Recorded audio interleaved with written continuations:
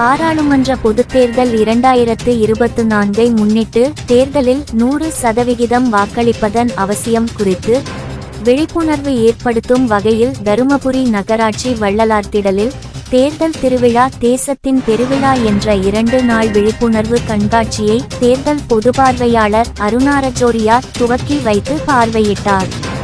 உடன் மாவட்ட வருவாய் அலுவலர் பால் பிரின்ஸ்லி ராஜ்குமார், மாவட்ட கூடுதல் ஆட்சியர் கௌரவ்குமார், வருவாய் கோட்டாட்சியர் காயத்ரி உட்பட தொடர்புடைய அலுவலர்கள் இருந்தனர்.